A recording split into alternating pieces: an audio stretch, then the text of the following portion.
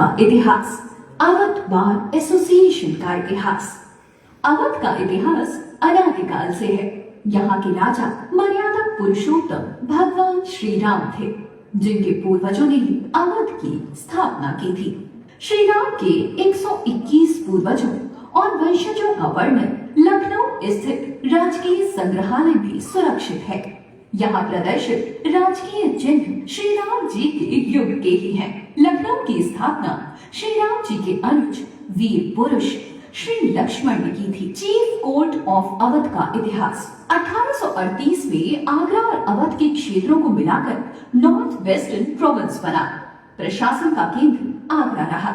1858 में अवध के लिए चीफ कमिश्नर ऑफ अवध की नियुक्ति हुई। यही कालांतर में उच्च न्यायालय लखनऊ के रूप में स्थापित हुई, जिसका संक्षिप्त इतिहास इस प्रकार है।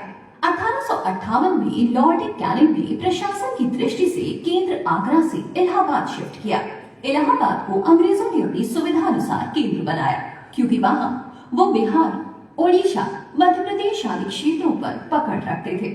1861 में हाई कोर्ट बिल पारित हुआ, जिसमें 3 president town Kolkata, Madras, Bombay high court बने। 1866 में high court for north west province की स्थापना हुई। पहली सिटिंग आगरा में हुई। अवध के क्षेत्र के लिए चीफ कमिश्नर अवध की व्यवस्था चलती रही। 1869 में पहली बार इलाहाबाद में बोर्ड ऑफ रेवेन्यू वाली बिल्डिंग में शिफ्ट हुआ, क्योंकि आगरा की बिल्डिंग को अपर्याप्त पाया गया। 1911 में इलाहाबाद की नई बिल्डिंग बनना शुरू हुई और 27 नवंबर 1916 को नई बिल्डिंग में कार्य प्रारंभ हुआ।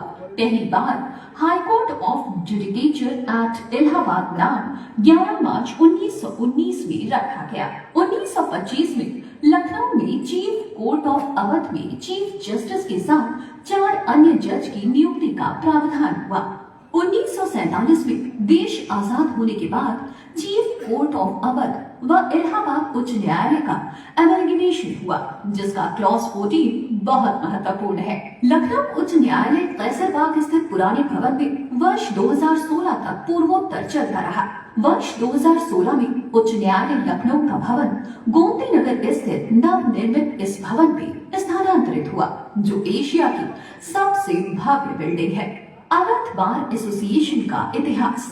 चीफ कोर्ट ऑफ अवध में वकीलों को एक संगठन की आवश्यकता महसूस हुई।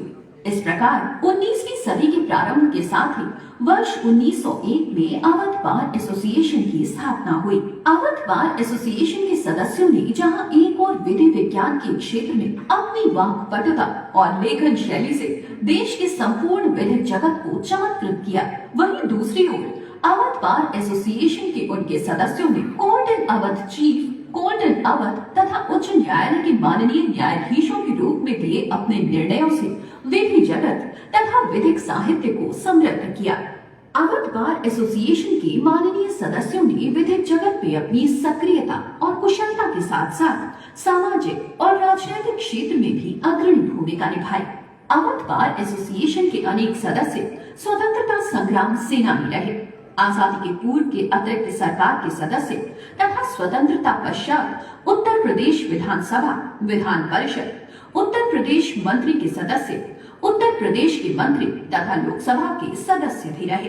अवध बार एसोसिएशन की कार्यकारिणी गठन का भी इतिहास है।